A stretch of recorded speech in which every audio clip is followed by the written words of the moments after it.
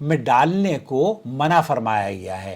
لہذا دوسروں کو بھی اگر کوئی نقصان پہنچاتا ہے تو یہ بھی نہایت ہی خطرناک عمل ہے. اور جو آدمی بلکہ اس طرح کی اسموکنگ بھی وہ آپ شیخ عبدالعزیز بن باز رحمۃ اللہ علیہ سے پوچھا گیا تو انہوں نے فرمایا کہ تو اسموکنگ جو ہے نا ایک تو یہ کہ یہ حرام ہے. کیوں حرام ہے؟ اس لیے کہ آپ کینسر ہر ڈبے پہ لکھا ہوتا ہے نا کہ کینسر ہونے کا اس سے خدشہ ہوتا ہے اور یہ بڑا سبب ہے کینسر کا، لنگ کینسر خاص طور پر.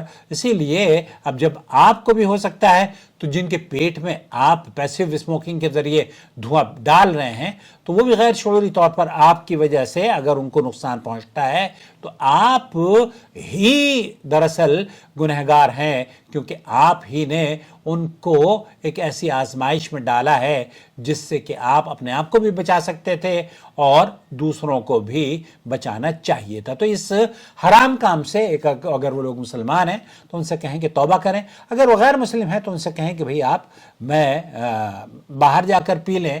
نمبر 1. نمبر 2، اس کے بارے میں سگریٹ نوشی کے خدشات کا آپ کو بہت سارے لوگ کہتے ہیں کہ مکروہ ہے، حالانکہ یہ مکروہ نہیں، صحیح موقف یہ ہے کہ یہ حرام ہے.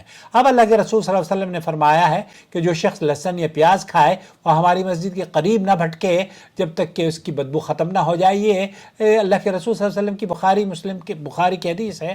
اس لیے بدبودار جو چیزیں ہیں حالانکہ حرام نہیں ہے لہسن اور پیاز، لیکن اس کے باوجود اللہ کے رسول صلی اللہ علیہ وسلم فرما رہے ہیں کہ آپ ہماری مسجد میں اس سے کیونکہ فرشتوں کو اور نمازیوں کو ایذا پہنچتی ہے، تکلیف پہنچتی ہے اور ہمیں واقعی تکلیف پہنچتی ہے. آپ یقین کیجئے وہ سگریٹ نوشی کرنے والے لوگ بعض مرتبہ تو ان کے منہ سے بدبو آ رہی ہوتی ہے، انہیں خود محسوس نہیں ہوتی. اگر آپ سگریٹ پیتے ہیں نا اور آپ یہ سمجھتے ہیں کہ میں بہت صاف ستھرا رہتا ہوں اور مجھ سے کسی کو تکلیف نہیں پہنچتی تو آپ کی غلط فہمی ہے.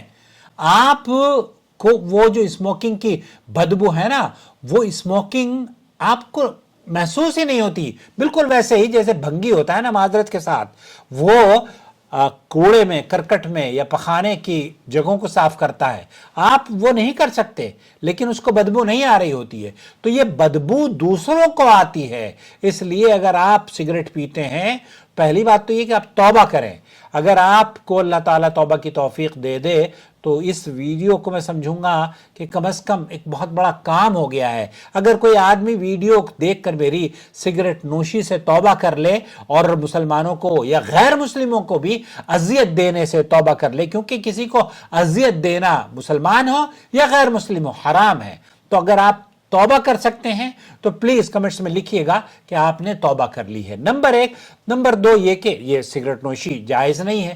نمبر 3، سماحت الشیخ عبدالعزیز بن باز مفتی مملکت سعودی عرب سے پوچھا گیا کہ آیا ایسا جو شخص کرتا ہے کہ اس کے کپڑوں پر بدبو ہے اور وہ پھر کیا کرے؟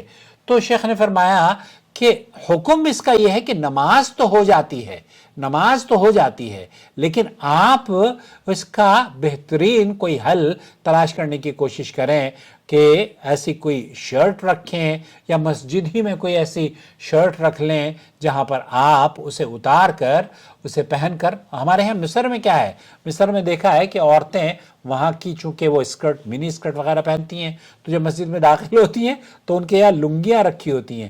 جیسے یہاں سعودی عرب میں نے دیکھا کہ ورک شاپ کا جو ایریا ہے، ورک شاپ کے ایریاز میں کیا ہوتا ہے کہ ورکرز گندے لباس میں آتے ہیں اور وہ مسجد میں کارپٹ بھی ہوتا ہے تو وہ گندے لباس سے مسجد کا کارپٹ گندا نہ ہو تو وہ وہاں پر کئی ساری لنگیاں رکھی ہوتی ہیں تو وہ لنگیاں اٹھا کے پہن لیتے ہیں یہاں تک اور پھر وہ نماز پڑھتے ہیں. تو اس کی بدبو سے بھی بچ جائیں گے آپ اور گندگی سے بھی بچ جائیں گے. اسی طریقے سے جمز کے اندر بھی، یہاں جو جم ہوتا ہے نا، میں جب جم جاتا تھا تو جم میں جا کے دیکھا کہ وہاں پہ لوگ لنگی پہنتے ہیں، نماز پڑھیں گے اور وہ پھر لنگی لٹکا کے وہیں نماز کی جگہ پر رکھ دیں گے. تو ہر آدمی وہ اپنے آپ کو چونکہ اس کی ایسی کیفیت نہیں ہوتی کہ وہ نماز پڑھ سکے ان کپڑوں میں تو اس کا اہتمام کرتا ہے. تو آپ کی نماز انشاءاللہ تعالی صحیح ہے، درست ہے، جائز ہے، اللہ کے ہاں انشاءاللہ مقبول ہے اور آپ کو اجر بھی ملے گا. لیکن یہ پیسیو اسموکرز پیسو اسموکنگ کے جو خطرات ہیں بہرحال اس سے آپ بچیں، اور اللہ سے دعا ہے کہ اللہ تعالیٰ آپ کی حفاظت فرمائے اور آپ کو ایسا بہترین انوائرمنٹ ورکنگ انوائرمنٹ عطا فرمائے جو آپ کے لیے بھی غیر مضر اور نفع بخش ہو۔ میں نے آپ کو بتاؤں، میں نے 45 سال کام کیا ہے زاہد ٹریکٹر میں، تقریباً 22-25 سال ہمارے یہاں کوئی سگریٹ نہیں پیتا تھا۔ اسی طریقے سے الجمعہ میں بھی 10-12 سال وہاں پر بھی وہ ڈیٹیکٹر لگائے ہوئے تھے، کوئی سگریٹ پی لے 200 ریال کا فائن تھا۔ ایسا کریں، ٹھیک ہے۔